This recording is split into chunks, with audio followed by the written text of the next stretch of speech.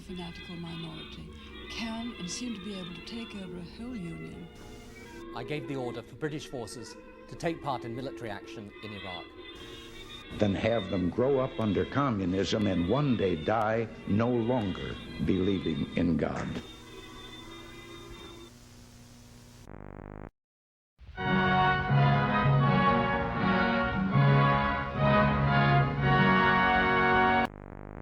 Hello there, and welcome to Labour Media, and welcome to Broadcast Interruption. I forgot what other side I was going to say. Hello there, and welcome to Broadcast Interruption. You know what I mean. Hello. We'll be going I'm saying we, just me here, isn't it? You may have noticed a bit of a rebrand happening on the channel. I have there's a star in the icon now. It's amazing. Just like change boundaries. That changed the channel script. Just it's tweaked a couple things around, really. Which is what a rebrand is now that I think about it. So yeah, yes. What was I thinking about? Wait, see the problem is the mic it goes down. It not goes down. It starts to turn off if you don't prod it. Also, I'm not going to say what was I thinking. I need to build up a Pavlovian response. I think I say what was I thinking about too much. Yeah. So, just like this is poorly segue. I was talking about rebrand and I'm on this. Yeah. So, yeah. I realise there's been a bit of a lack of video. Let's start from this point actually. There's been lack of stuff for a bit.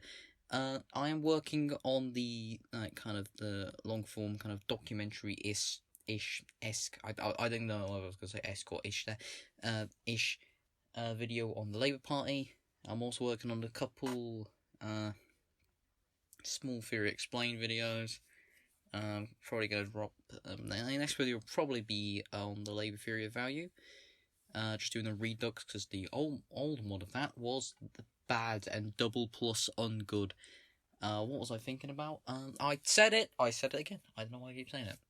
But for now, I did say I was gonna do this, and I think it's very important we do this. The breakthrough. So much happened. We've got a new website. It's a Minifesto. Shall I explain that? It's a new website, and our Minifesto has finally dropped now. If you don't know, the Breakthrough Party is a socialist party in the UK that I'm a part of. I basically got into it because it's willing to do action, extra parliamentary action. It's willing to it has good foreign policy. It has and I've met some absolutely amazing comrades doing this. I don't think I can even list them all here. I don't want all of them to accidentally miss anyone. What was I meant to be developing not doing that, but I keep doing that instead. It's brilliant. It's absolutely fantastic. No, it's not. Yeah. So basically, a bit back we looked at the Northern Independence Party manifesto, and this is not a manifesto per se. It's a Minifesto, where it's basically all the policies, but it's like a short version. We're gonna have this, and then we're gonna keep working on it, and we're gonna have a proper manifesto. Yeah. Hold on, make sure it stays up. I wanted to turn off. Yeah. So. All stuff. We also voted on the regions we're going to start campaigning in. So that's very good. So lots of stuff been happening with Breakthrough. Very exciting. I really hope we're going to be getting some good, solid action out on the grounds happening very soon. Join the Breakthrough Party, by the way. Join the Breakthrough Party. It is absolutely we've had a surge today. There's been fucking... I don't know where they're coming from, but yeah. So yes, full disclosure, fucking hell. Looking through this Minifesto, we're very quirky here. Looking through this Minifesto, I am a member of the Breakthrough Party, so I might be slightly biased, but I will be giving it a fair look, I'd hope. So let's I can't click on these. So basically, it's much better format than the the NIP manifesto, I gotta say. We've got these different, like... I hope that background noise isn't showing up. I very much apologize if it is. I need to stay on one. I need to stop getting righteously distracted.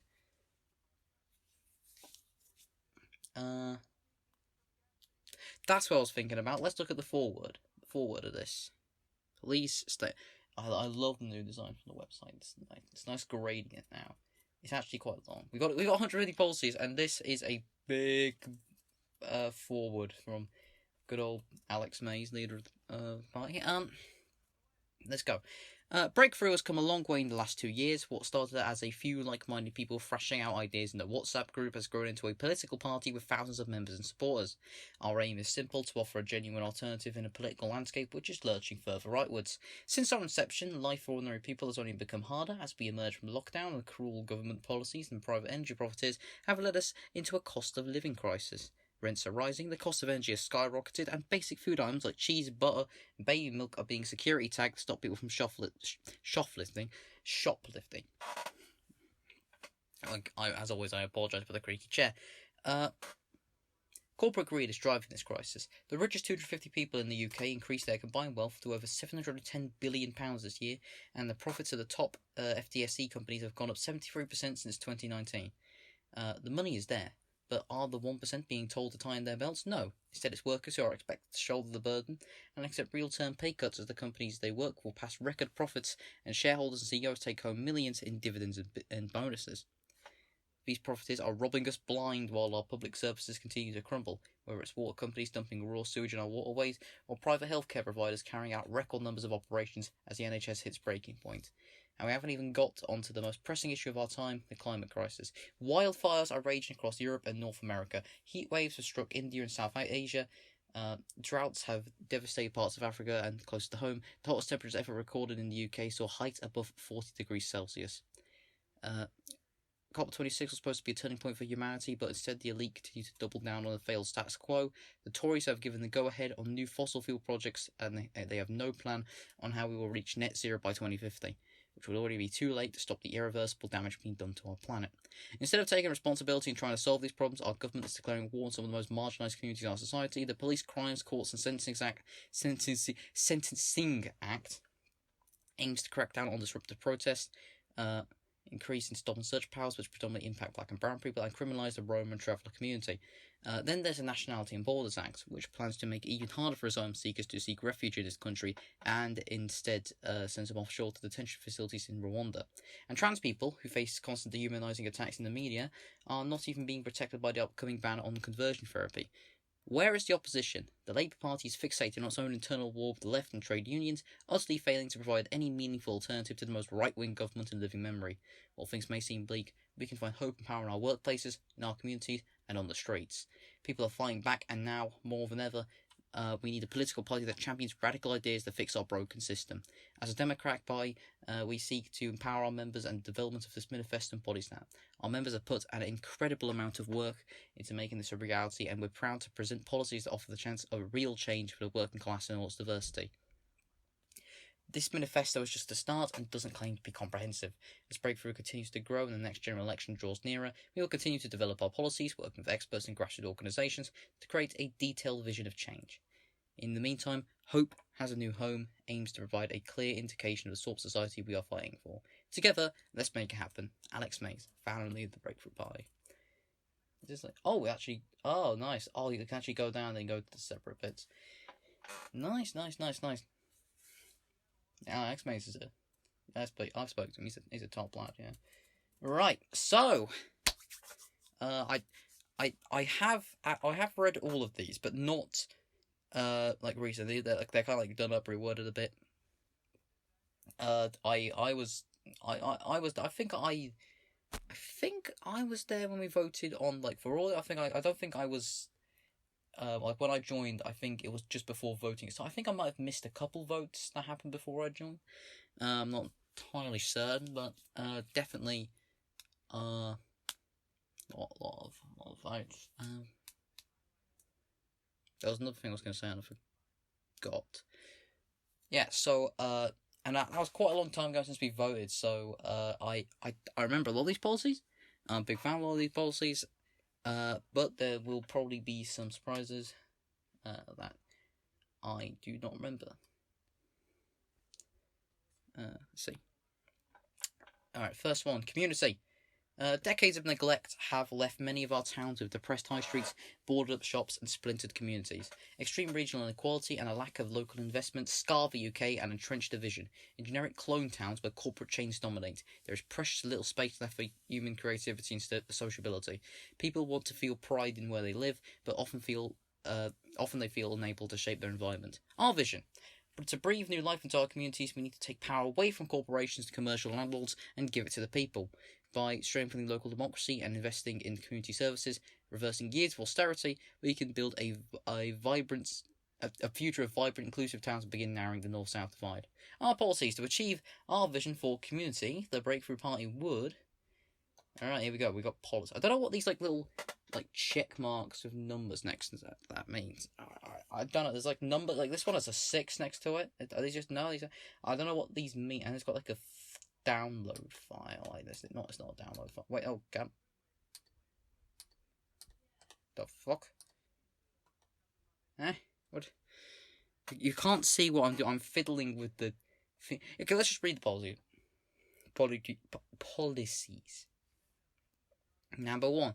Adopt community wealth building as our main approach to local economic developments across the UK and ensure that more of our economy is publicly owned. Well, public ownership is different to state ownership. We'll also want more, but I think that I would probably free. Well, it depends what you mean by the difference between public and state ownership, of course. But some degree, you'd want everything to be in public ownership.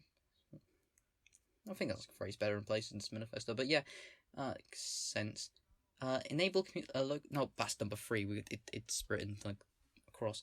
End council outsourcing to large corporations, and where the local authority is not able to provide goods and services directly, encourage procurement from local businesses or facilitate community-based cooperatives.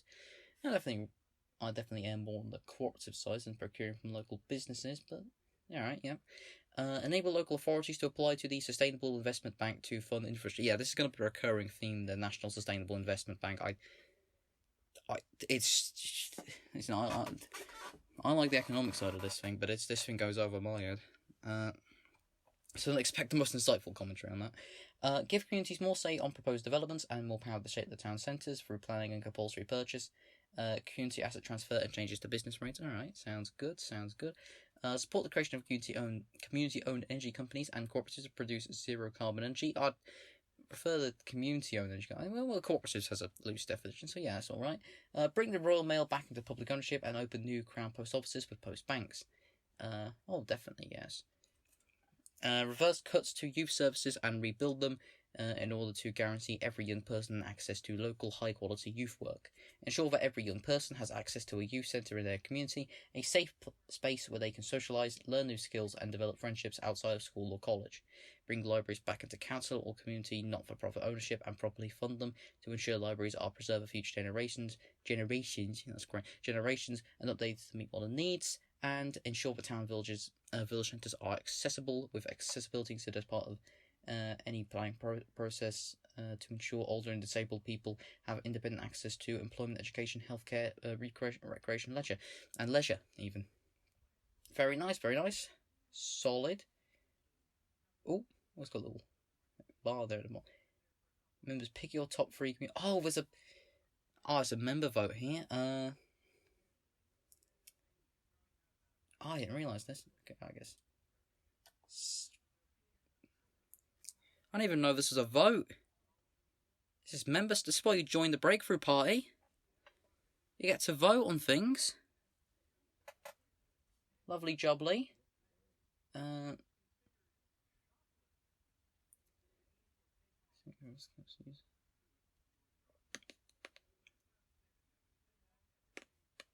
What would I say are the most important? I definitely put 6. Let's say 6, 3, and 5. Can I press it there?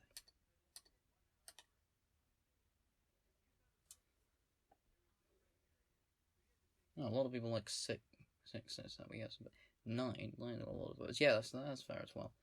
Oh, that's what the little I guess that's what that means. It must be like voting for priorities. There we go. We got there in the end. We bloody well deciphered it. Right. Let's go. Can I scroll down to democracy? No, I have to go up here. It's fine. Democracy. It's time to give real power to the people. The UK is supposed to be a democracy, but everyone knows that that's not really the people. Knows it's not. I'm so good at reading. Everyone knows it's not really the people who are in charge. In addition to the extreme inequality which puts power in the hands of a wealthy minority, our electoral and parliamentary systems are unrepresentative and outdated, and the ruling class face no consequences for their blatant corruption and greed. To ensure our vision, to ensure elected representatives work for public good, we need to remove the profit motive from Parliament and make politicians much more responsive to the public. More broadly, we need to build a flourishing democracy in which everyone can participate on an equal basis. This means creating a fair voting system, experimenting with new forms of decision making, and respecting and empowering all nations of the UK. Good.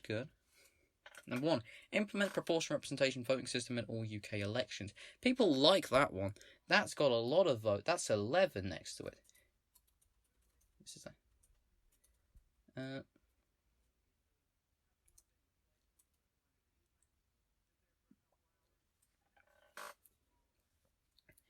proportional representation. What do I think of it?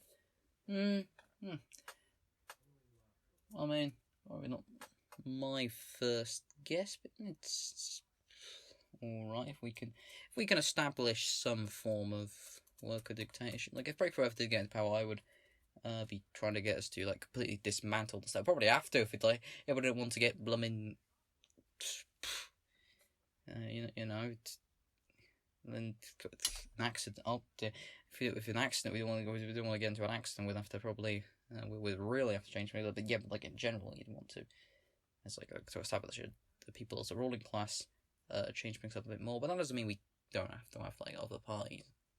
Of course, like that's worked. In like places. None of them use like other experiments that I've used proportional representation.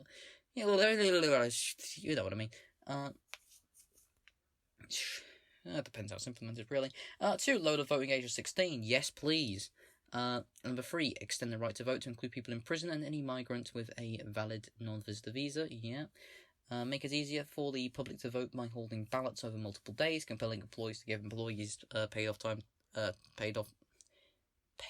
to vote, and scrapping voter ID requirements. Number 5, explore alternative forms of local democracy, including people's assemblies and use of sortition. Don't know what that means. Let's go on a bit. What is sortition?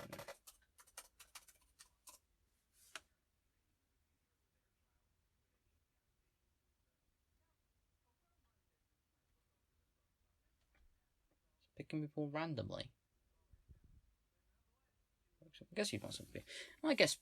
No, I actually think these were this and the other one. Expand the Recall of MPs Act 2015 to allow constituents to initiate recall proceedings. I think that's pretty important as well. Modernise Parliament by facilitating remote voting for MPs and reviewing antiquated Westminster traditions.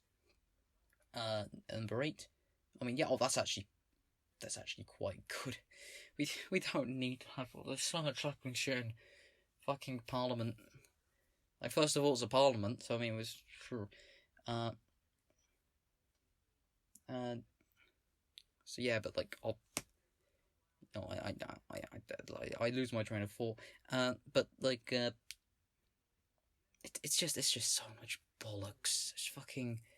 I mean, first of all, it looks blooming like a write-off house, and there's so much just like you have to go ask a speak. You have to call people to write on. It's palaver. That's what it is. It's a palaver.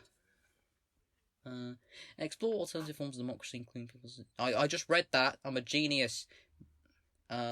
Limit MPs. Number 8. Limit MPs' expenses and perks. Regulate MPs' taking jobs, and legislate to prevent companies offering MPs lucrative management roles after they leave Parliament. Number 9. Defend each UK nation's right to vote on questions of independence and devolution.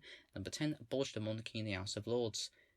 Very nice. Quite nice. I actually don't. I think I remember the democracy policy being exactly what. But I think I'm gonna vote in favour of the like for the most important, definitely forms of local democracy. If we could actually get some like fucking proper worker council shit, like could you imagine that? That would be a good. Remind me of that me. What did I just say? I don't understand. What else? Yeah, well, also 10 as well. Vote. Yeah, I'm in the minority on 5 and 6, but like definitely the majority on 10. Yeah. So nice democracy policy. Nice. Economy. The British economy simply doesn't work for most people. Low pay, poor work conditions, and insecure employment plague our society. While millions struggle, the rich continue to get richer, hiding their massive profits and tax savings rather than investing them in things we need to build a sustainable future. This corrupt, exploitative system is supported by the establishment parties, who take donations from the super rich on the understanding that they won't threaten their interests. Our vision: to build an economy that provides security, dignity, and opportunity for all. We need to redistribute wealth and power from the rich to the poor. That means breaking from 4 decades of neoliberalism by taking key industries into public control, investing in projects that meet human need, and retooling our economy to respond to the climate crisis. At the heart of this transformation will be an empowered working class, enjoying higher incomes, and able to spend more time on things that make life worth living. Here we go. Alright, number 1.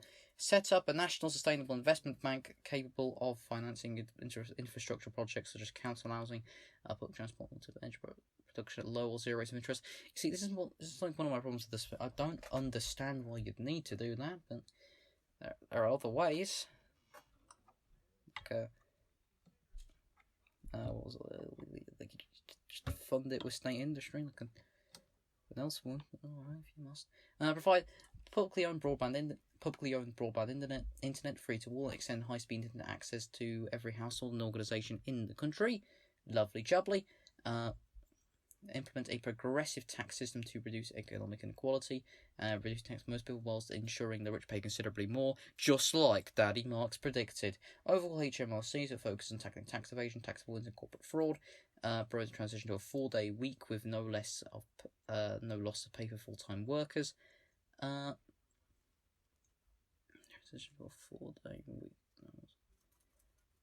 Oh, okay. Yes, that's very important. That is actually quite important. Actually, yes, it's quite important. Work towards the introduction of a universal basic income and unconditional cash transfer set to level which ensures that necessities are affordable by all. I just don't think that's the best way to do things, I'll be honest. It's not my favourite policy. I know this one. I would prefer just nationalising things by force if necessary. Well, actually, just force in general. There's a little bit of force in the nationalisation. Scrap the DWP and replace it with a Department for Social Security, tasked with creating a social security system that provides claimants with dignity. Lower the retirement age of 60 regardless of gender. Replace Number 9, replace GDP as a principal measure of economic success, and a new measure which focuses on overall human welfare and environmental sustainability.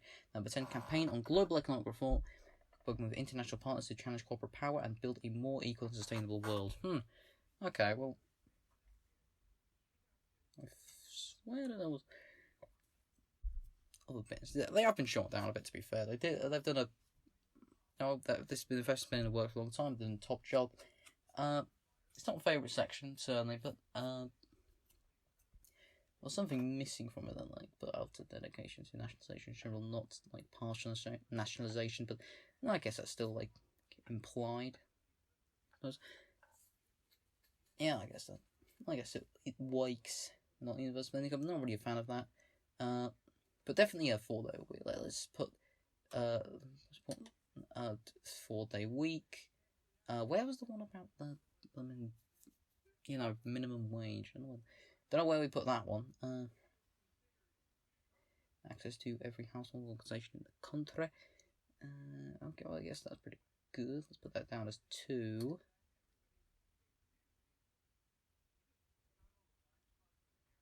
These are all like they're brief. They're not like the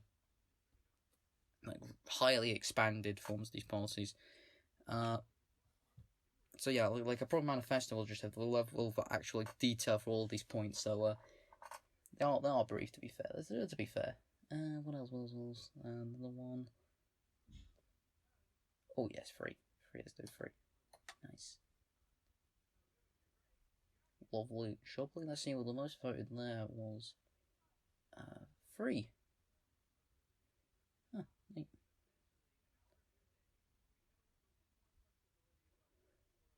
Yeah, so that's economy. Oh, what are we on now? Education. Education, in the words of a war criminal. Over the past 40 years, successive governments have created a marketised education system characterised by relentless testing and huge pressure on students, teachers and lecturers. Across the sector, creativity and critical thinking are stifled in order to ensure that schools meet the criteria set by Ofsted and the Department for Education. Those who go to university are forced to shoulder massive debts, reducing their take-home pay for decades. Meanwhile, a privileged minority continue to game the system by sending their children to private schools.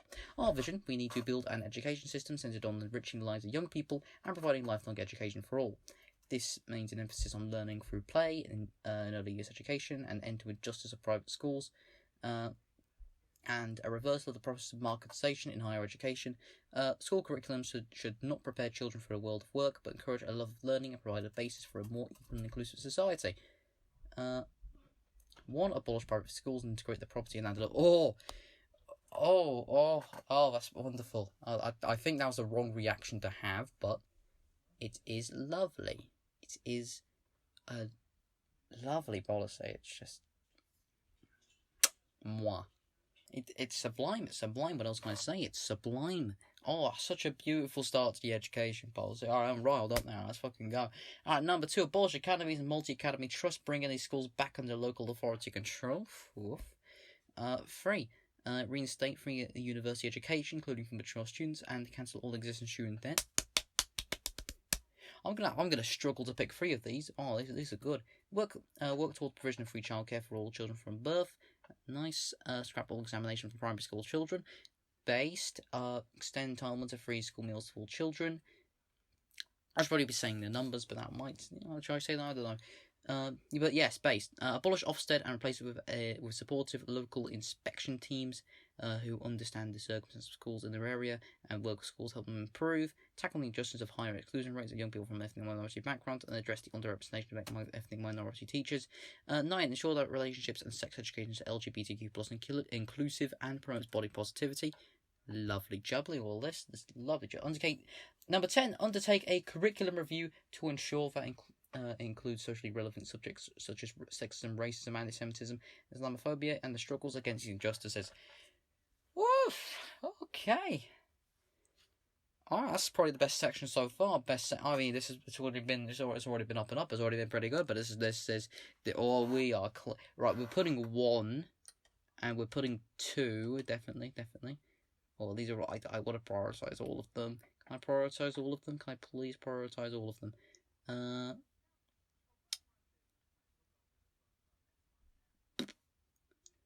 Let's do. It's a toss up for me between like 8, 9, and 10. Let's do 10. Yeah. Ooh. Oh, I should have put 3. Oh shit! I meant. Oh no! Wait, go back. I like 2's great, but I also meant to put 3. I was thinking 2. I was thinking that 2 was 3, and I mean they're all good, so it's fine. But still, it's all great. Yeah. So, environment. That's going to be important. The climate crisis should be at the heart of our politics. No longer a distant threat, the effects of climate change have arrived, causing loss of life and displacement around the world. The UK is not immune, as the extreme heat of summer 2022 has shown, but even now the establishment parties treat the crisis as an afterthought. They are addicted to the political and economic systems which are to blame for climate breakdown and unable to change course. This is very, very well written, Our vision: we cannot address the climate crisis in isolation. It's inextricably linked to inequalities of wealth and power at a national and global level. By democratising the economy and building a society geared towards meeting human need and promoting peace over militarism, we can begin building a truly sustainable world. As a matter of urgency, we need a Green New Deal, massive decarbonisation, a green transition in farming, and bold interventions to promote biodiversity and strengthen animal rights. Woof! Alright, let's take a look. Oh, we're starting off with a banger. Banger alert. Banger alert. Number 1, nationalise our energy sector and expand the production of wind turbine solar panels to make renewables a larger part of our energy mix. Woof. Woofity doof. Woofity. I see. I look down and I looked at 3. 3 is quite good. 3 is quite good as well, but 1 is great. Like, oh, this is good. This is even better than I remember it being, and I voted on these. Number 2, halt all future licensing and consents for the exploration, development, and production of fossil fuels in the UK. Work towards ending our reliance on fossil fuels. Number 3, scale up nuclear energy production to improve the UK's energy security while we continue to build necessary capacity for renewable alternatives. We love a bit of nuclear power here. We love that.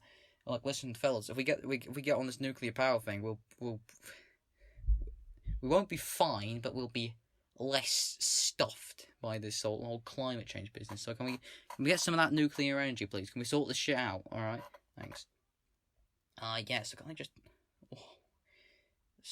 so many good ones. Investigate a system of carbon pricing and/or rationing which ensures excessive producers and users can no longer continue as normal.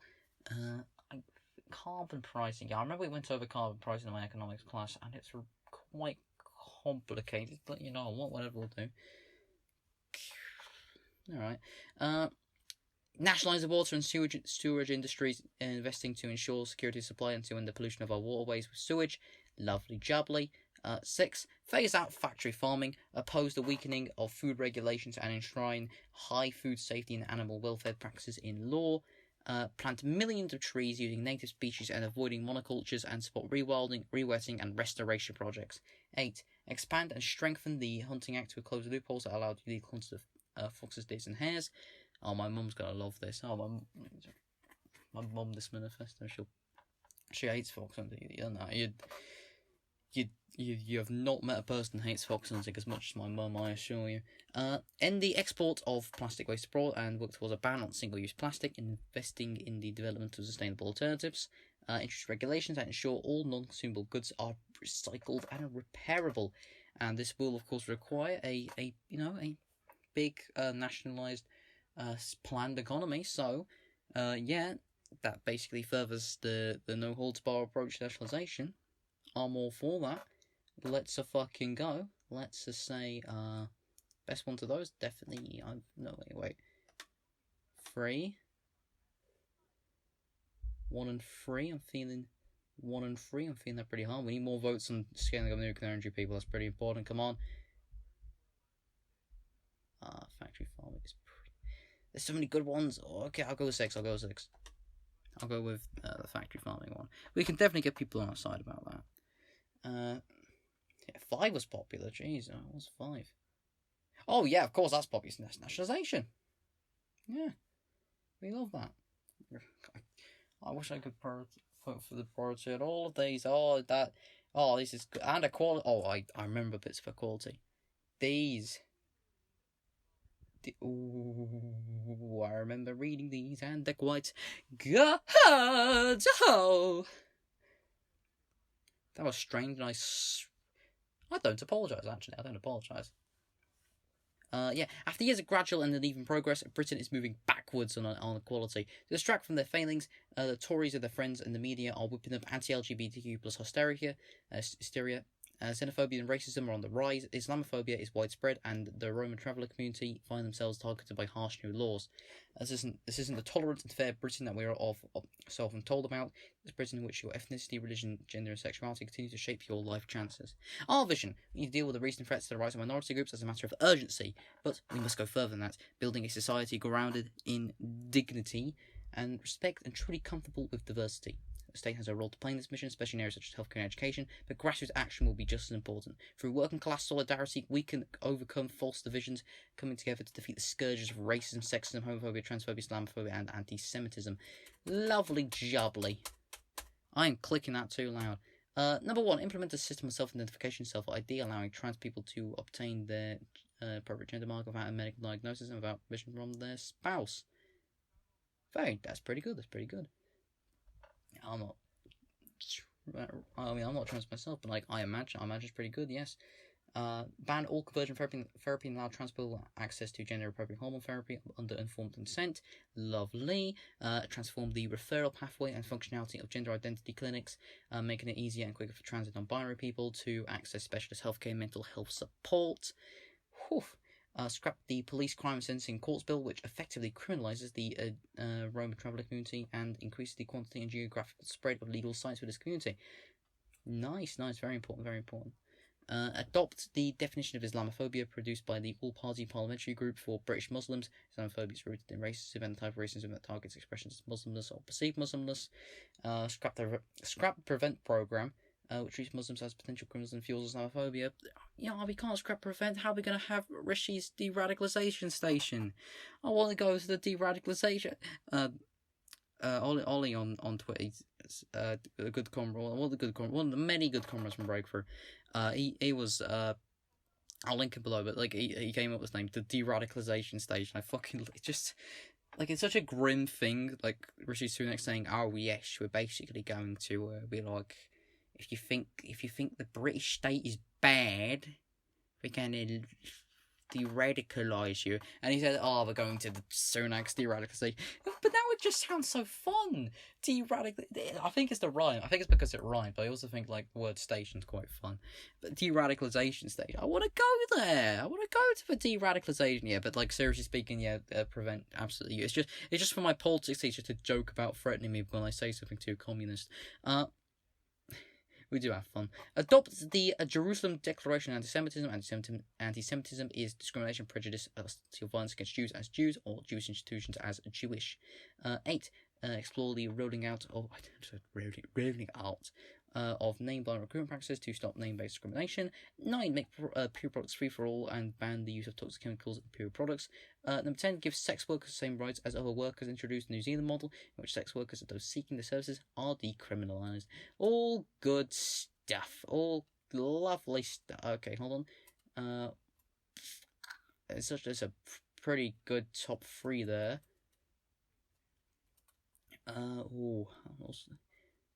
It's all good here, all good. There was loads of policies, to be fair, so it's definitely a simplified version. I know there is a policy that I really liked here, but doesn't appear to be on there. I don't know if I can talk about that. Will Alex Mays come to my house and defeat me? Who knows? Who knows? What was I? There goes the train of thought again. I should probably stop putting on voices. No, putting on voices is too much fun, actually. Yeah, so I'm gonna go 1, 2, 4. That's probably to me. I just realised I didn't read the numbers out for all of these, so just like get the gist. All right, that's another thing about Breakthrough, actually. Like, it's very openly pro-trans. Like, fucking the UK just an absolute fucking disaster right now for like serious talk. Like, there's like a ridiculous amount of like anti-trans messaging in the media. It's actually fucking horrifying. Fucking throw TERFs down flights of stairs, and do worse to them, honestly, because TERFs are fucking TERFs are fascist, treat them as such, essentially. So I'm glad that Breakthrough is just unapologetically pro-trans. We know transphobia is rife in like the Conservatives, it's rife in Labour. Like, both of those leaders have like said transphobic stuff themselves. We know it's in it's like in all the other parties, the Dems, the Greens. We fucking know it's in the the Conservative ones. Oh fucking hell. Don't know about the SNP. I think they actually put in some like progressive trans legislation, and TERFs got mad about it, so it's probably a good idea if TERFs are mad about it generally. Yeah, but here, that was quite good. Now we're on to the pièce de résistance. Why I joined this party, the foreign policy. This is what separates the wheat from the chaff, friends. You might have said, okay, Jack, this is... I just realised I said my name. Alright. Did I say my name in the channel? I don't know. said like, all right, mate, you may be saying that, this all sounds pretty good, but you're worried it might go a bit sock-demmy, you're worried it might go a bit sock-dem, we're worried about that, Don't worry about it, because this ain't sock-dem fucking, exporting democracy shit. This is the fucking stuff, mate. Good on, friend of the show, Isaac Circle, I interviewed in a doobly-doo thing, therefore, like, there's no one to wear anymore. I don't think he's still does lefty, but, I don't really can, like, Connor, Manx inscription. Remind me to do, I should actually just write this down. I should. Another member join. I'm checking the Discord. Why are people joining in the fucking... I hope someone from the East Midlands. We need more people in the East Midlands. Someone remind me, please, what I was going to type. Yes, that's right. Hold on. Lovely jubbly. Right. Yeah, so this is his and Isaac's work. Isaac from the Lefty podcast I interviewed, and I've spoke. That's great. I've spoken about Connor before. He's a good friend of mine. So Britain's historic role in global affairs has been defined by the exploitation of other countries and peoples through imperialism and colonialism. Although our current political leaders often speak the language of human rights, successive governments have continued to support regimes responsible for military aggression and occupation. Oh, nice notification. Occupation. Britain's interventions in the Middle East, its membership of NATO, and its nuclear arsenal make the world a more dangerous place. Oh, I actually have very low battery on this. Okay, I think we're like past the halfway mark. Our vision, in contrast to the harmful role that's played in the past, the UK should play its part in constructing a new global order based on self-determination. Oh, baby! We love self-determination here, don't we, fellas? Yes! Human rights and sustainable development and democracy rather than participating in profit-driven conflicts. The UK should stand against imperialism and occupation. The climate crisis is the greatest challenge facing the world. Britain must work cooperatively to transform the global economy and phase out fossil fuels. As part of a commitment to global justice, the UK should support the UN Charter of Human Rights. Charter, right? I've gone Australian. I'll just read the whole rest. Should support, alright, the UN Charter of Human Rights, and working with other governments and organisations to achieve its implementation. I don't know why I did that, and I profusely apologise. Our policies. To achieve our vision for foreign policy, the Brexit Party would, number one, work with international partners to promote a Green New Deal, prevent further climate breakdown, and respond to climate-driven emergencies. Yeah, we're gonna have to work as a united front to solve that old chestnut. Aid the sustainable development of all nations in the interest of humanity as a whole, with particular emphasis on redressing the wrongs committed on the nation that's invaded, ruled, or occupied over the last 300 years. Yep, definitely reparations, hugely important, very good. Impose tough regulations on corporate supply chains to reduce human rights abuses in the exploitation of the global south. I think that was the one foreign policy bit. Maybe it was like a little other thing that the NIP had in their manifest. That was the whole thing in that. That was it. Wasn't even the foreign policy section. Reduce spending on warfare and withdraw British troops from existing international conflicts. I can't just pick one of these. Oh boy. Bulls should try a nuclear weapon system and support a global nuclear weapons ban. Based. Withdraw the UK from NATO. Based. Withdraw all financial support from countries bombing civilians, such as Saudi Arabia and Yemen, and Israel in Palestine. Let's fucking go. Here we hit upon another fucking reason why I love this party so much. We are thoroughly against Israel. We're like, apartheid is cringe. Apartheid states, very bad and ungood. Freedom for Palestine, free Palestine, essentially. Free fucking Palestine. No fucking wishy-washy two-state solution. No recognising the apartheid state as anything close to legitimate. The return of land to Palestinians is the only acceptable option. And that's basically, as I explained in like another thing, the main reason I joined One of the main reasons I joined Breakthrough instead of the CPB, which was attracting me, the Communist Party of Britain. So that is excellent. And that's furthered up here with 8. Support the boycott, divestment, sanctions, BDS movement, and mobilise international opinion against Israel's oppression of Palestinians. Number 9, never make any individual stateless in accordance with international law. Number 10, ensure veterans have the support they need, including affordable, decent housing, and free physical mental health care. Okay, lovely section there. Lovely section. This is, because you can't, this is thorough anti-capitalism. This is why I joined. This is where this pie, which I'm sure started out with kind of like sock them Corbynist inclinations. This is where we have gone full fucking surpassing the fucking Communist Party, and I'm just quite proud of it. I'm very thankful to everyone who was like, because this was all worked out before I joined, but I think it's going to be more moving forward as we go to a proper manifesto, and I'm very excited.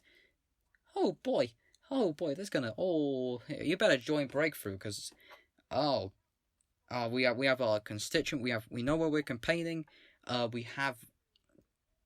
working on a bigger manifesto. We've got the website, new manifesto, we know what we're doing. It's time to get involved, people. Let's get out there, join Breakthrough, join a union. It's time to act. It is time to fucking act, people. Let's get this show on the fucking road. Did I finish reading the whole thing?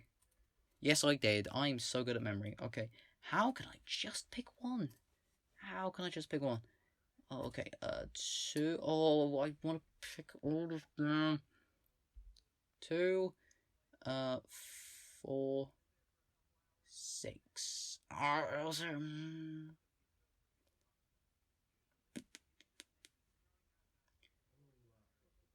Oh.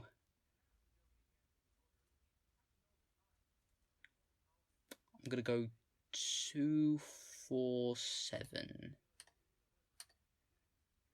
There's too many fucking choices. Made a good bet with 7 though. Too many choices. I prioritize all the foreign policy. It's so good. Oh, mate, this is good. It's the good stuff. Let's look at health. Oh no, there's everyone. Owie. Okay, that was my spine going up my chair. Before any of you fucks get any ideas, that was my chair rubbing. All right, shit. My chair, that makes sense. My back rubbing is my chair. Okay, health. Our National Health Service is under attack like never before. Increased outsourcing, reduced services, longer waiting times, and a staffing crisis all threaten the existence of a universal, publicly owned and run health service free at point of use. That's that. That's such democracy right there. That's that falling rate of profit thing. It's going to take your public services, and it's kind of like, oh no, where the public services go?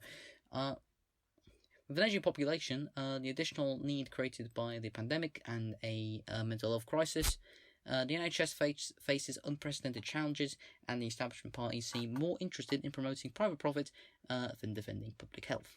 Our vision: to build a society with physical and mental health at its centre, meaning an end to privatisation and profiteering from healthcare, and a return to a democratically run, publicly owned healthcare system that prioritises patients, not profit-based. The NHS must be properly funded and staffed, and a highly trained workforce, and play a key role in reducing health inequalities across the population by tackling discrimination and inequality of service provision. Number 1, renationalise the NHS by ending outsourcing, bringing services in-house, and scrapping the internal market, enabling the NHS to set up and run its own services. Woo! Lovely jubbly. Number 2, ensure democratic accountability of the NHS by returning services to oversight by local councils and regional health boards instead of unelected commissioning boards. 3, set up NHS pharmaceuticals and medical supplies manufacturing arm to research and develop new treatments and produce medications and other clinical supplies. Number 4, promote a whole patient approach to healthcare instead of treating people by condition as NHS monitoring currently encourages. Number 5, reintroduce free prescriptions, including for many over-the-counter medications, and expand the provision of free eye care and dentistry. Number 6, fully restore bursaries for nurses and expand them to all healthcare workers. Number 7, increase funding for... I mean, this is just good. This is just a victory lap at this point. This is just great. Increase funding for NHS mental health services, including children and young people's mental health services, and ensure patients are given choice, autonomy, and the treatment they need. And number 8, raise awareness and funding to tackle health inequalities specific to particular communities such as diabetes, high blood pressure, and sickle cell. Number 9, decriminalise abortion in every part of the UK. Ensure all sexual health services are free at point of use, accessible, local, and safe. That's relevant. That's actually very important. We got to just plopping 9 on the priorities list. Number 10, end NHS access charges for resident migrants and refugees. Oh, so good. It's all just a big victory lap here. So I'm gonna go 1, 9, 6. Let's go 6. I didn't say another one. You keep track. You keep track if you turn if you want to. This lady's not for turning. See, Maggie says it's when Maggie says it's just fucking evil. When I say it, I'm very... I don't know what the word is, but I'm based.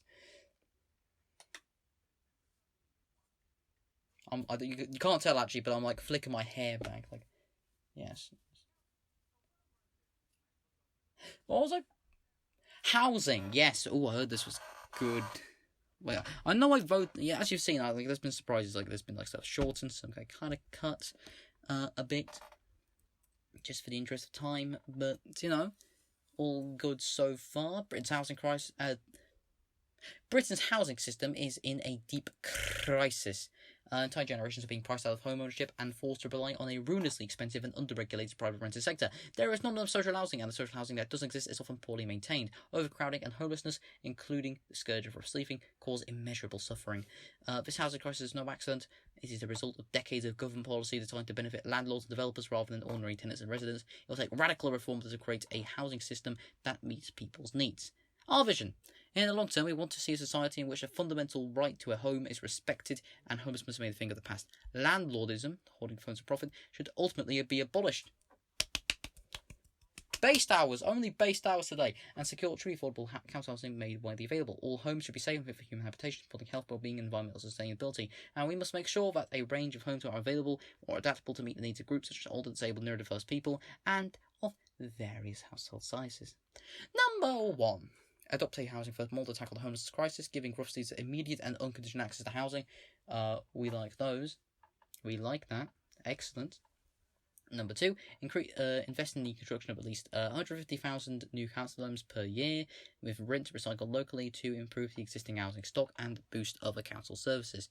Number 3, increase the supply of council housing by abolishing the right to buy and strengthening compulsory purchase of house to enable local councils to bring vacant properties back into use. Number 4, deal urgently with threat to life building safety issues, recouping costs from those responsible for effective design, local materials. Number 5, legislate to ensure all homes are fit for human habitation and compel landlords to improve dangerous or substandard combination. 6, disincentivise landlordism by increasing taxation on unearned income and abolishing buy-to-let mortgages. We like that. Number 7, increase taxes on residential properties kept vacant as financial assets and on second/holiday homes, including short-term lenders, to encourage their return to use as primary residences. Number 8, make sure private renting I'm good at reading. Make private renting more affordable by introducing a system of rent controls, increasing wages, and using council housing to put down pressure on rents. Number 9, ensure that resident health and well-being are a prominent consideration of the design of new homes, with factors including daylight, clean air, noise, indoor and outdoor space.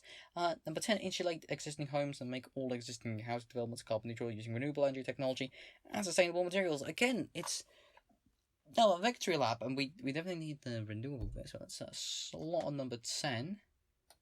Plop that. 10, 1 and 6. Great sections all around here. This is an excellent manifesto.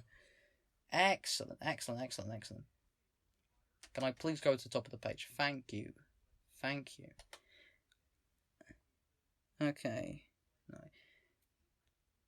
Immigration. Immigrants play an essential and welcome role in Britain's economy, culture and society, but so often they are the first to be scapegoated by politicians seeking to deflect blame for their own failures. The government's far-right stance on immigration, including its policy to send asylum seekers to Rwanda, should alarm everyone who believes in human dignity. Our vision, Breakthrough unequivocally supports human rights of immigrants, refugees and asylum seekers and would radically overhaul the racist structures that force so many of them into insecurity and poverty. In the long term, we would build a legislative framework for immigration based on the principles of dignity and of human rights. This is all good. All very short and sweet, that writing on that. Well, very nice, very nice. One, dismantle hostile environment, lifting the ban on undocumented immigrants from working and accessing services. Number 2, give asylum claimants the right to work pending the final termination of their claim. 3, abide by obligations as signatories to the 1951 Refugee Convention by offering safe passage and safe haven to all those fleeing conflict and persecution. That's actually, well, all this is very important, so I'm going to put that as 3. 4, include a one-off amnesty for all undocumented migrants, offering them the possibility of a 2.5-year visa to permit them to work, study, or continue with their family life, with the possibility of renewal. 5, provide free English language classes to all those wishing to apply for indefinite leave to remain, and make the life in the UK test more relevant to everyday life. I think it's very important. 6, abolish the need for non-British family members joining their UK settled family to pass an English language test prior to entering the UK.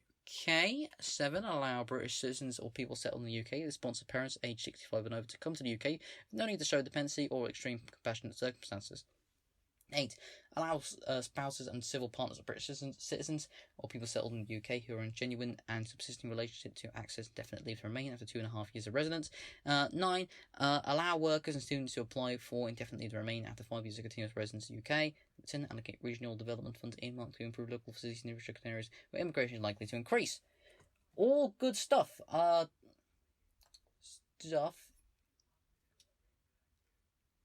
I'm not an immigrant. I wouldn't know which ones are the best optimized, but I'm going to go just off. Really, I mean, all this is good. All like most of, like pretty much all these sections, all of this is good.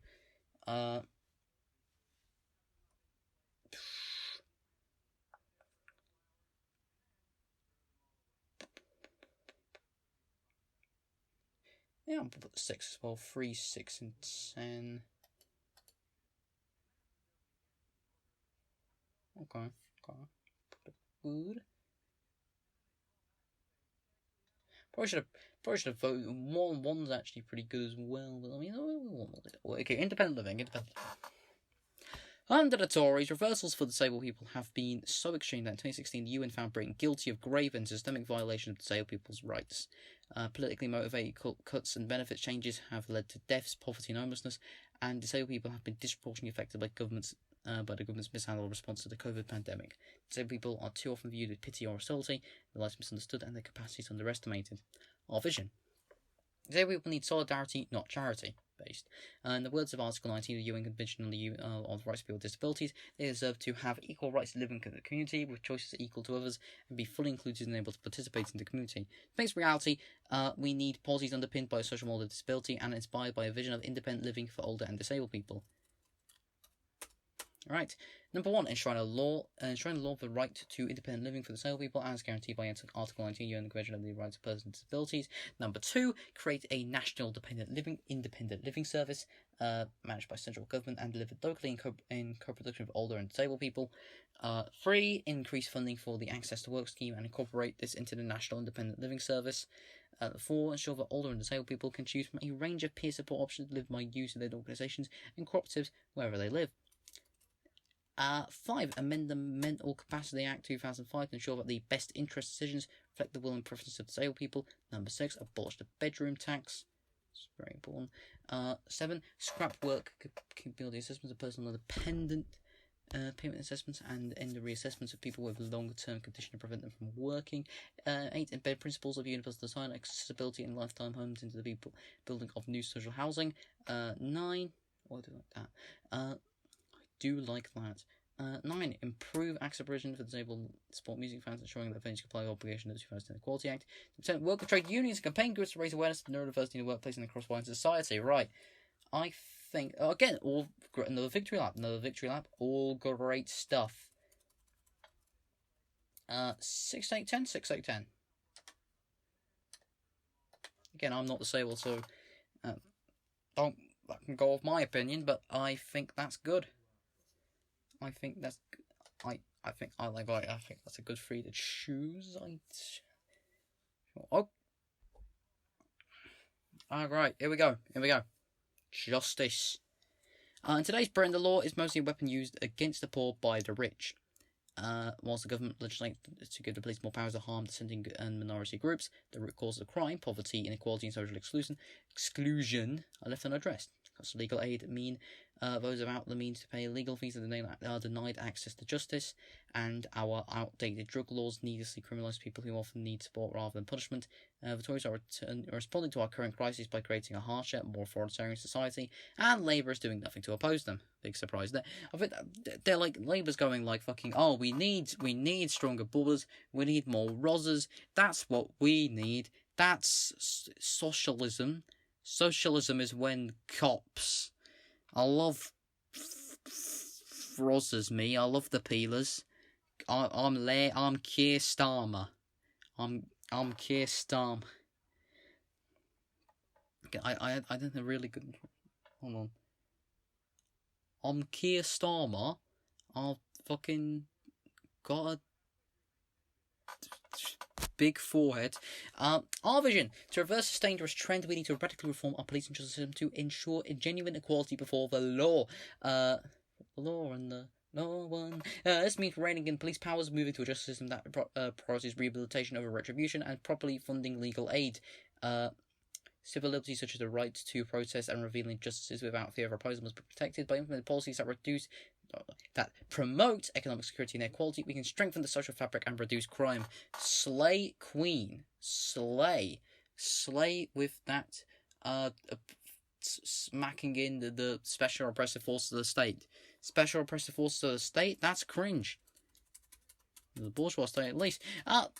Number 1, legalise cannabis and decriminalise possession of other drugs. Starting off on a strong one here, very nice. 2, abolish private prisons. You all know shit. Okay, yes. This ain't fucking... That's good. Look, I was reading a critique of the Gotha program the other day, and the fucking Lassalleans, fucking Ferdinand Lassalleans, fucking... What was it, United German Workers' Party?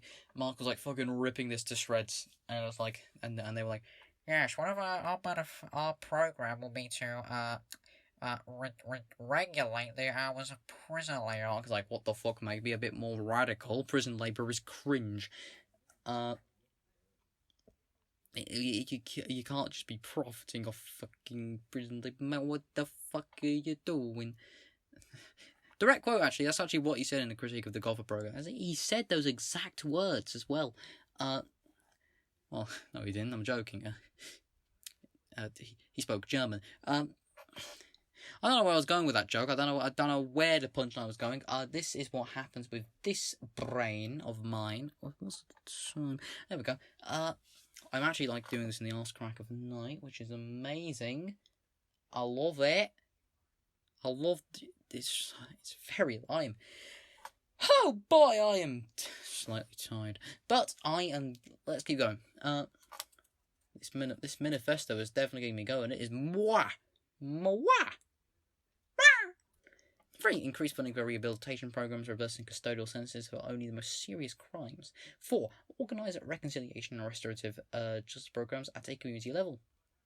5. Decentralised police services and overhaul police powers, ending stop and search and other socially harmful practices. 6. Ensure incidents involving mental health crises are attended by qualified mental health professionals and treated as a health issue rather than a criminal matter. 7. Expand access to justice by restoring the scope and funding of civil legal aid to pre-2013 levels. 8. Repeal the Police Crime and Sentencing and Courts Act and protect the right to protest. 9. Scrap legislative threats to human rights such as the Covert Human Intelligence Sources Spy Cops Act and the Overseas Operations Act. 10. Introduce stronger protection for whistleblowers across society. All great. How do I pick these? How do you want me to just prioritise 3? Well, I guess the top 2 are pretty great. 1, 2, certainly. And let's pick another one. New meaning, miny.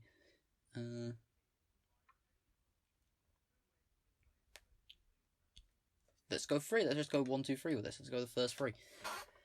Oh, okay, this is pretty hype. 3 more to go. 3 more sections. See, it's more succinct and more thorough than IP Manifesto. I like this a lot better, not only because it's nicely laid out. Like you see, the problem with the IP Manifesto, they are still part of PAL, so I don't think I can be too critical in this. I don't know what they're gonna. So Alex May's gonna come to my house and defeat. I don't know. I've used that joke twice. And I don't know why. I seriously, I remember what I was talking about. Yes. So yeah, but like it was just like, let's bring it up. Let's bring up NIP. Northern Independence Part. Thank you. Donkey. Yeah, it's split into how we work, where we live, when we need help, what we build, how we thrive, how we govern our values. That's not bloody. I don't know what any of that means, mate. That's not telling me which policy's which. Huh?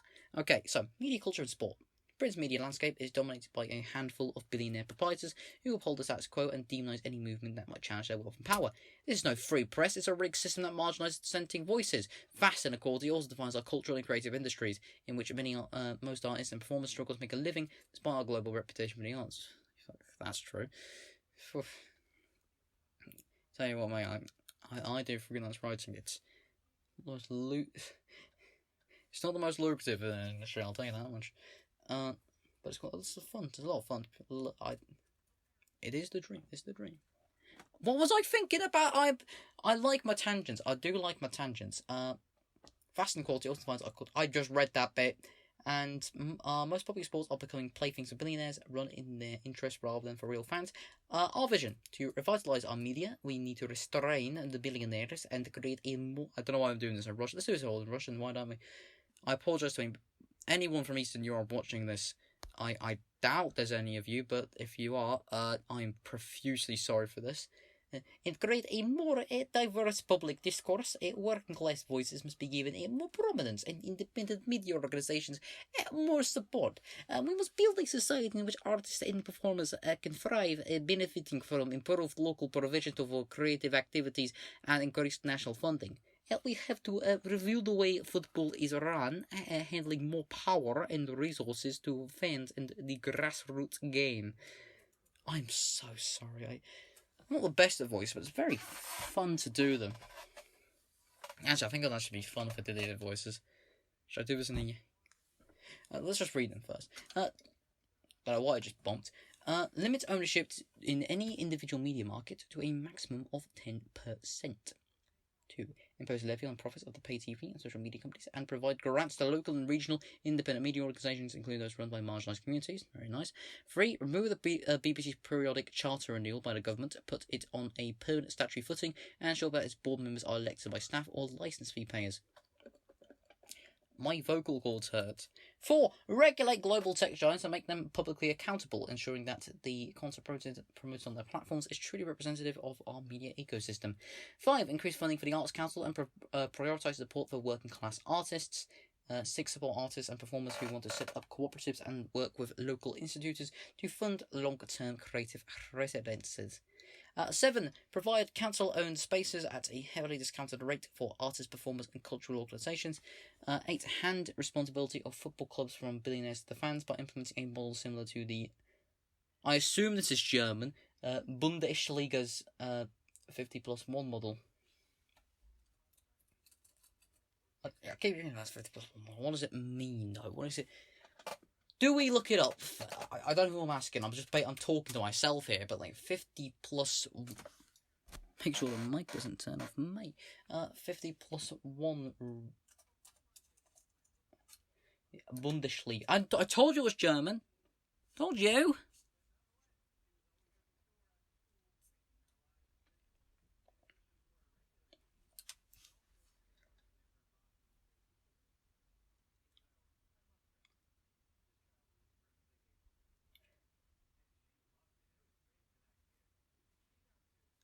Yeah, I don't understand about football, so I think it means 50% of the votes plus 1 vote from the parent club.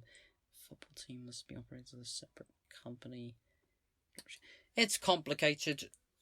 I'm telling you to do that on your own time because I don't understand the bullfoot. Yeah, and sure that at least 5% of the Premier League's domestic and international television rights income is diverted to the grassroots game, end all gambling advertising, advertising, promotion, and sponsorship. Good. Only like good things. I am desperately trying to remember what I was thinking about. Do I lose my train of thought a lot? I have to ask. Do I lose my train of thought a lot? Maybe a little. Maybe I do lose it a little. So yeah, that's 10. That's pretty good. This is all pretty good. I don't really understand ballfoot. Actually, artists.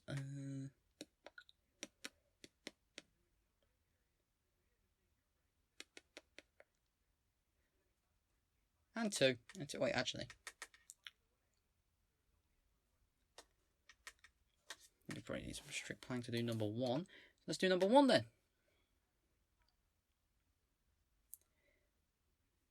Oh, transport's next. Oh, fuck cars, fuck cars, fuck cars, fuck cars, fuck cars.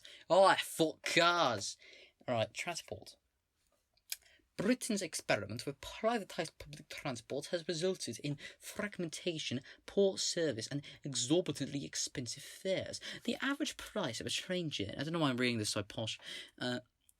The average price of a train journey has increased by at least 23% in real terms since privatisation, while rail bosses take home six-figure salaries. Bus services outside of London are unreliable and unaffordable. Passengers know they are being ripped off, and it's no wonder that so many people continue to drive despite the climate emergency and rising air pollution. All very good points there. While we're talking about trains, up the RMT. Also, all support to the RMT strikes, absolutely based. Are they still ongoing? They are still ongoing, right? I didn't just... They are still going, I think. The sun, right? The sun, like, I'm just, like, I'm not, I wouldn't look at the sun, don't worry. But, like, I'm like, look it up, and I'm looking at the news, and there's fucking, I just see the sun. I've written a whole article on what RMT stands for. Well, it doesn't take a genius, does it? You need an article to figure out, the rail maritime. You know, maybe they do. Maybe the rail maritime transport. Yeah.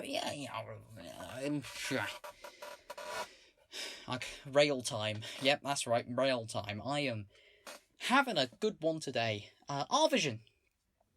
To do the watch. I'll do the posh again. Public transport should be publicly owned, environmentally sustainable, accessible, and, in the long term, free to use. By taking profiteering out of public transport, we can bring down costs and integrate transport into a national zero-carbon strategy. Affordable, high-quality public transport make it easier to reduce our dependence on cars, improving air quality and public health. Lovely jubbly. Oh, number 1 starting off strong. Nationalise all rail, light rail, metro and bus networks. Oh, yes, let's do that. Decarbonise the transport network and reach achieve net zero as soon as possible. Lovely jubbly. Oh, this is gonna be another tough one. This is free work towards making all public transport free at point of use. Lovely jubbly. 4, create a national transport plan which will plan. Yeah, you know, I definitely remember some of these from, like, when we voted on because of my reaction here. But plan. National transport plan. Planning. So we're voting for. We're prioritising for plans. Yeah.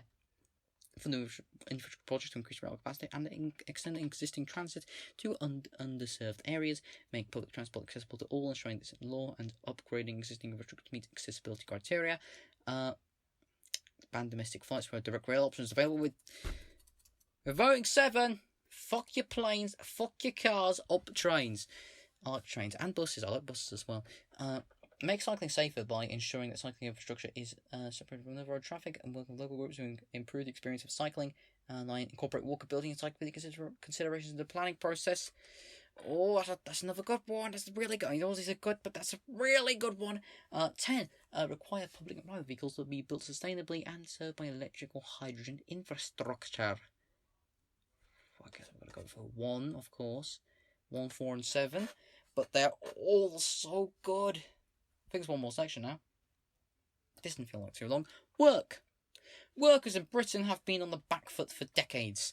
The weakening of trade unions has allowed businesses to step up their exploitation, ushering in an era of zero-hour contracts, firing Riara, and the insecure gig economy. The result is that many people are simply not getting paid enough to get by. I added an extra word there. Don't be mad at this. I put the extra getting in there. During the COVID lockdown, essential workers were rightly celebrated as heroes. Now, the establishment parties treat them with contempt, ignoring the demands for decent paying conditions. Our vision: we need to harness Britain's considerable wealth to eradicate poverty, reduce inequality, and give every worker a decent quality of life. This won't be brought about simply by asking employees nicely. We have to empower workers to take what they deserve, unleashing trade unions by repealing the restrictive laws that currently hold them back. Based. Hand by brain, fellas. Hand by brain. Hand and by brain, I should say. I enjoyed having a uvula. There's not gonna be one by the end of this. Ow, my throat. Okay, increase the minimum wage to a true living wage. It is true living wage of £16, regardless of age and type of employment. That's gone up £1. Lovely. To ban firing eye practices, zero-hour contracts, and unpaid internships, and protect apprentices from exploitation. Oh, this is going to be so fun again. 3. Introduce a maximum wage for companies capping paying bonuses at 20 times the salary of the lowest paid worker. Legislate for sick pay to be provided at 100% of wages for the average hours worked. 5. Introduce government-funded sick pay for self-employed people based on their average income. 6. Provide the rights of the gig economy workers and crack down on bogus self-employment. On bogus. I don't know what that means, actually. Bogus self. What does that mean by bogus self? I don't know what that definition means. I don't know what that means, Chief. You have to be more specific. 7. Enshrining the law and the right of all workers to organise and the right of trade unions to take industrial action, including secondary action. Criminalise union busting and intimidatory tactics used by employers to prevent effective organising in workplaces. 9. Offer parents with 2 weeks of parental leave and be shared between them at 100% of wages. Make the choice to work from home where possible a right for all workers. I like that. 10. There's so many good ones. 10 and 2, I'm feeling. We definitely want as many union laws as possible. Okay, instead of 2, I'm going to put 7 and 8. Because that's another thing. Foreign policy, because we need to undermine British imperialism, because that's what we need to focus very hard on that, which is why it's good that this is tip-top foreign policy. And we also need to make sure unions are strong as possible, so we can have them do the thing unions are best at and function as a guerrilla army in the fight against capital, which is what we really need them to be doing. It's a very important organisational method to get them up and running. Don't know why I use an F there. Oh, my voice hurts. But yes, so both of those I think will be good. Both of those we should be working on whilst we're already occupying local governments.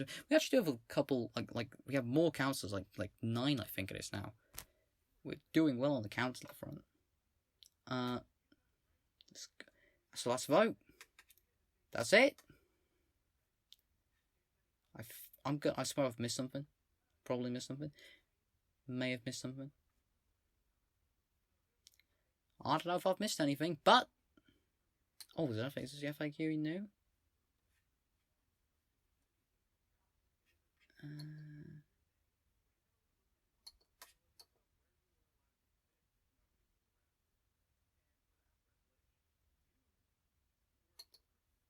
Right, I think it's part of the Minifesto. So, based Minifesto. Based. Generally, Brent reply is quite base, so yeah, I do think it's better than the IP Manifesto. I think I'm allowed to say that. I think it is based and double plus very good. I think we should definitely. It's so good. Oh, the fucking microphone fell down. By microphone, I mean my phone. Yeah. Okay, good. So yeah, come join the Breakthrough Party. We're gonna get on the ground. We're gonna be doing not just like campaigning for like votes, because we're not just working for votes. We're here for the on the ground game. We gotta get some local positions filled. We actually do need local positions filled, like in the regional things. But like what I mean is like local government positions filled, which I think is where our best bet is.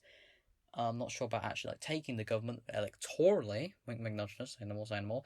But I think we get to work with unions. We get to work with all manner of organisation. We get to work direct action. We already work. We are in this in PAL with BFAWU, and we've had workers attending picket lines for the RMT. It's all so exciting. I am so fucking grateful that I found the Palace Party when I did. I think we're going to be doing some great stuff for the movement. We're going to be getting anti-imperialism. We're going to get pro-union. We're going to get fucking trans rights and all the other bits of intersectionalism all on the table. We're going to be getting that done. It's all very exciting. Yes. Join the Breakthrough Party. You can help with all of it. You can help if you like what you've heard here. Come join us, and you come there, and if there are some parts you didn't like, we can make it even better, because we're gonna be moving on to making a whole manifesto, like a more in-depth manifesto, and reviewing some of these, and it's gonna be so fucking great. And it's all entirely like on a democratic basis.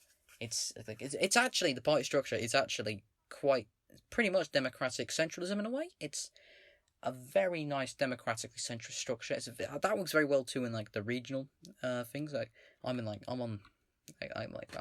represent one of the regional branches, and it's so good. It's all yes, up Breakthrough, up blooming doing that. So yeah, if you're I'm actually on the membership. I've been working on some like educational materials for people who are joining Breakthrough to. Because that's another thing we need. Another thing we're doing, where we're educating people on socialism, and all my fellow Marxists in the party. We've been doing a lot of work there, and if you're a Marxist, you should definitely join in, and so we can help keep the party going in the excellent direction that is going now. So, I don't want this to go on too long, because it's already gone on quite long. I think we've probably definitely very much so gone over the hour mark. I don't know, mate. I don't think it's as long as the NIP video. God forbid. I don't know. I don't have any vocal cords left now, so what's the difference? But yeah, so that's that. Join Breakthrough. Join Union as always. Make sure we get involved in the movement. Make sure you're educating yourself. I will be speaking of which, I'll be helping with that aspect. Going to be making a short little video on the Labour Preview Value, like correcting some mistakes I made, making the more definitive version that I'll be like actually happy with. We're going to be looking at the documentary on the Labour Party and why it is shite arse, and it's basically always been shite arse, and why you should not join the Labour Party, and why, and also I'm doing little things. I still might be making a video, like an update on the Pat Sock situation, because it's definitely there's too much law. The Kautskyists, they are based, they are sock dems. The Pat Socks are Pat Sock dems. Pat Sock, that's just the Kautskyists. This is Koitskyism, Gav. That's Koitskyism. Karl Koitsky. Yes, so I actually lost my train of thought. I was like originally talking about something that I got a tangent about Karl Kautsky again. Ugh, I can't believe Kautsky would do it. Karl Kautsky invented air conditioning in 1910 to render debate impossible. A lot of people don't know about it, but it's actually fun fact. Yeah, what the fuck was I thinking about though? I actually completely. Oh yeah, that's it. Might be working on a little kind of like how I did with the Free Source and Free Component Parts of Marxism by Lenin. I'm doing a similar thing with the Principles of Communism, which I think is probably the best starter book for someone getting really into socialism. That's a really good starter book. very well written, very explained things very well, I think.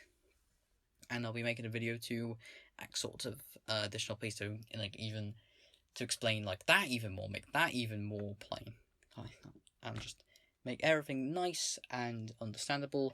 And I think that'll be a good resource. So yeah, that is all. This has been Broadcast Interruption, and remember, Labour conquers all.